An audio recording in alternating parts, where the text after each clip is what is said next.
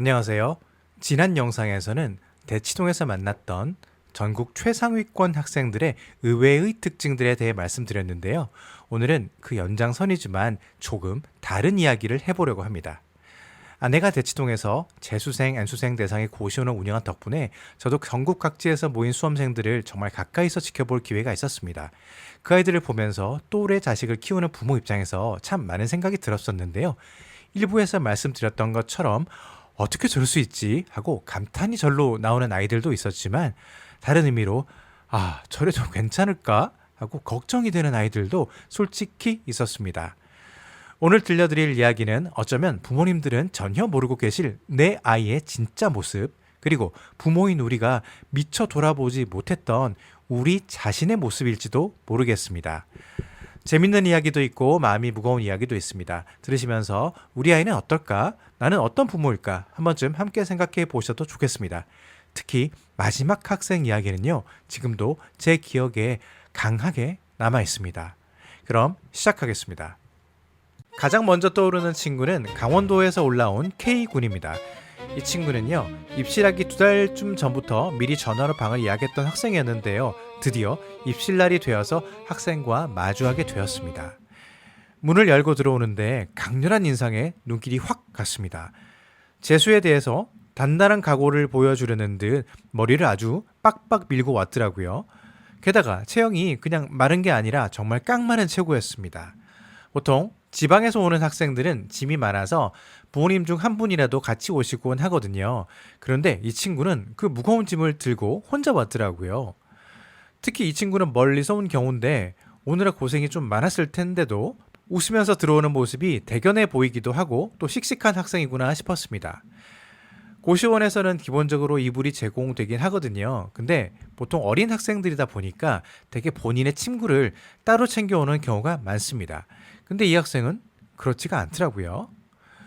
이래저래 입실 절차가 끝이 나고 학생이 근처 마트가 어디냐고 묻는데 혼자 타지에서 얼마나 막막할까 싶어서 아내가 필요한 생활용품도 좀 이것저것 챙겨주기도 했었습니다.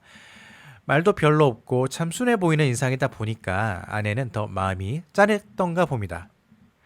그런데 그때까지만 해도 이 친구가 저희 고시원의 전설이 될 줄은 꿈에도 몰랐습니다. 시간이 지날수록 이 친구에게서 조금 이상한 모습들이 보이기 시작하더군요. 보통 고시원은 공용 주방에 쌀과 라면 정도를 무료로 제공을 합니다. 그런데 학생들이 사실 함께 사용하는 밥솥에 직접 밥을 지어 먹을 가능성은 그렇게 높지 않잖아요.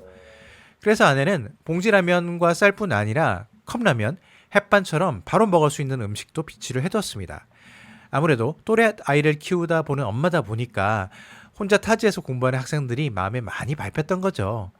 거기다 조금 더 욕심을 내서 저희 집에서 먹는 것과 똑같은 식빵과 잼을 준비해 뒀는데요. 특히 빵에 진심이었던 아내는 한 3, 40명 정도 되는 학생들이 먹어야 되는 양인데도 불구하고 매일 빵집에 가서 프리미엄 식빵을 서너 개씩 사다가 각층 공용 부엌에 채워 넣는 거를 하루 루틴으로 삼았습니다.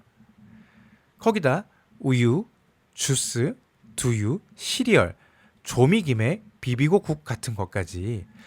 아내 생각은 하숙처럼 밥을 차려주진 못해도 간편식이라도 내 자식 먹이는 것과 같은 수준으로 좀 채워놓자, 그런 마음이었다고 합니다. 보통 비슷한 규모의 고시원에서 식비가 월 한 50만 원 정도 잡는다고 하면요, 저희는요 월 200만 원 가까이 썼습니다. 그런데 그 어느 순간부터 그 200만 원으로도 부족할 만큼 음식이 너무 빨리 없어지는 겁니다. 재정을 담당하던 제가 결국 말렸습니다. 아무리 아이들이 잘 먹었으면 좋겠다지만 이건 너무 많은 거 아니야?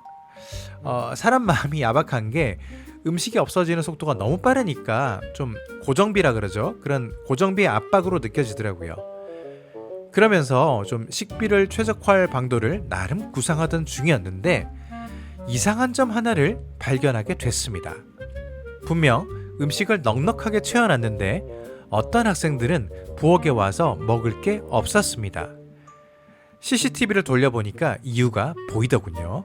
공용 주방의 음식이 모든 학생에게 골고루 돌아가는 게 아니라 특정 몇몇 학생에게만 집중이 되고 있었던 겁니다.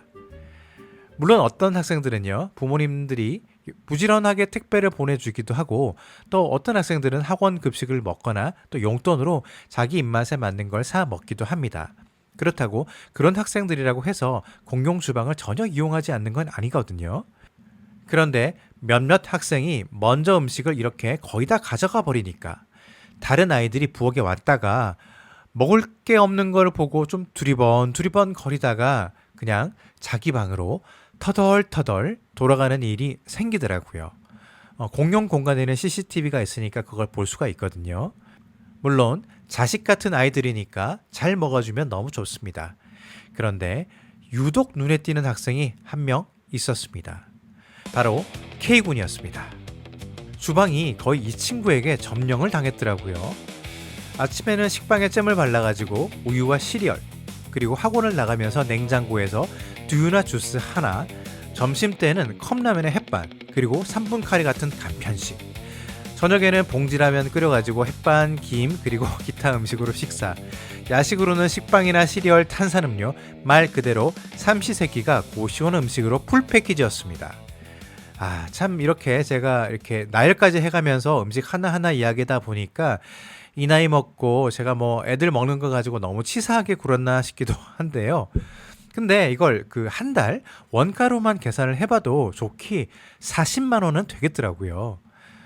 그나마 부엌 방문이 없는 아이들도 아침에 식빵은 되게 잘 먹거든요. 그래서 아내가 특별히 공수하던 좋은 식빵도 나중에는 그냥 원가 때문에 평범한 식빵으로 바꿔야 했습니다. 특히 남학생층의 음료수는 도저히 감당이 안 돼서 우유 외에 탄산음료와 주스는 한동안 철수하기도 했습니다. 더 저를 심란하게 했던 건 새로운 음식이 들어오거나 재고가 좀 부족한 그런 비상 상황이 되면은 K군이 몇 개씩 그냥 자기 방에 쟁여다 두는 일이었습니다. 한창 나이고 공부하느라 그럴 수도 있지 이해를 하려고 하다가도 그 수시로 부엌을 드다들면서 식자재 상태를 스캔을 하고 또 마음에 드는 음식과 음료수는 채워지자마자 쏙쏙 방으로 들고 들어가는 모습을 보면서 솔직히요, 그 얄미운 마음이 드는 거는 어쩔 수가 없더라고요. 또 외출할 때는요, 그 신나는 표정으로 또 냉장고를 탁 스캔을 합니다. 그리고 음료수를 꼭 한두 개씩 쥐고 나가는 거를 CCTV로 보고 있으니까 참 내가 뭐 하나 싶은 거예요. 하지만 한편으로는 그런 생각도 들었습니다. 저도 대학 시절에 해숙도 해보고 자취도 해봐서 아는데 라면, 햇반, 식빵, 우유 뭐 이런 걸로 매일 삼시세끼를 해결하는 거는 진짜 못할 짓이거든요. 그래서 혹시 정말 집안 형편이 너무 어려워서 방값 외에는 아예 용돈이 없는 걸까? 그 생각에 마음이 숙연해지던 차에 진짜 문제는요, 엉뚱한 데서 터졌습니다. 이 K군은 원래도 입실료를 며칠씩 좀 늦게 내는 편이었습니다. 그런데 이번에는 열흘이 지나도 소식이 없는 겁니다. 대개는 어머니들이 입실료를 관리하시거든요. 그래서 깜빡을 하더라도 며칠 내로 입금이 됩니다. 그런데 이 친구는 보니까 아내도 저도 부모님과 한 번도 연락을 해본 적이 없더라고요. 그래서 문자를 한번 드릴까 고민을 하다가 문득 이런 생각이 들었습니다. 혹시 이 친구가 모든 비용과 생활을 혼자 책임지고 있는 건 아닐까? 결국 2주쯤 지난 어느 날 제가 직접 이야기를 꺼내기로 했습니다. 남학생이다 보니까 아내보다는 제가 말하는 게 낫겠다 싶었죠. 근데 참 입이 안 떨어지더라고요. K군 있잖아. 이번 달 입실료가 안 들어왔더라고. 했더니 이 친구가 픽 웃는 겁니다. 네, 안 냈어요. 순간 당황했습니다. 저는 혹시 어려운 사정이 있는 건 아닐까 싶어서 한참을 고민하다가 어렵게 꺼낸 이야기였는데 너무 아무렇지도 않게 말하는 겁니다. 그래? 왜? 무슨 문제가 있는 거야? 그러자 이 친구는 짧게 대답을 하더군요. 그냥요.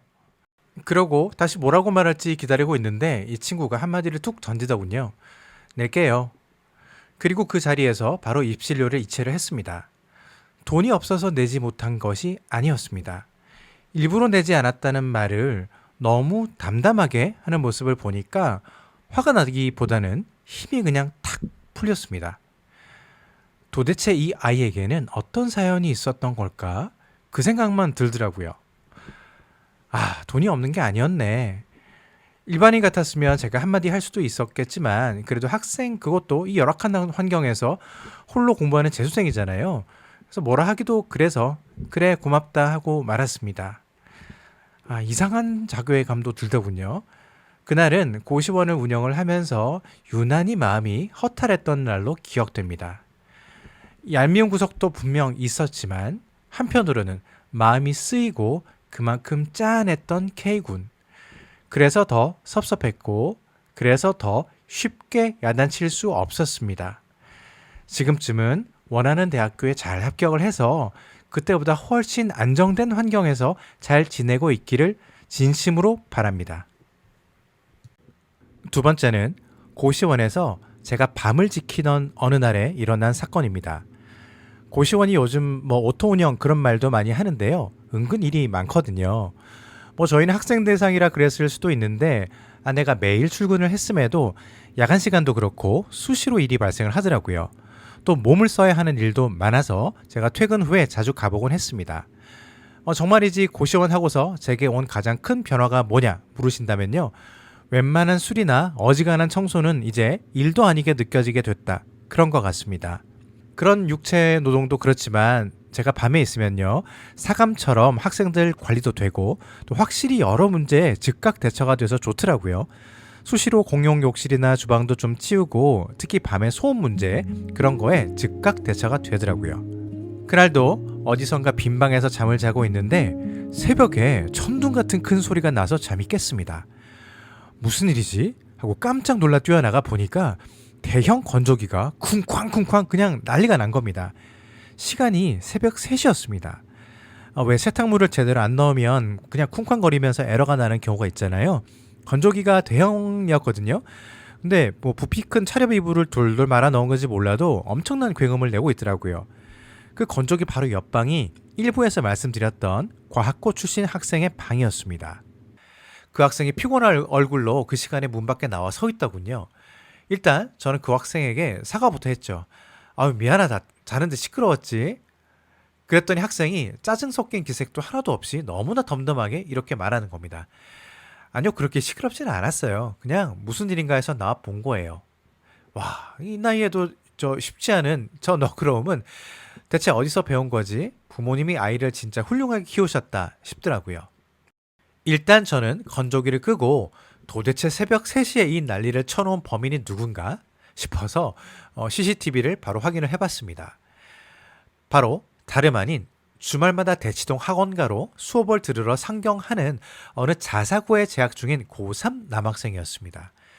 고시원 규정상 새벽 1시 이후에는요. 그러니까 11시 반까지 정도만 건조기를 마지막으로 사용하도록 건조기 앞에도 공지가 크게 붙어 있었거든요.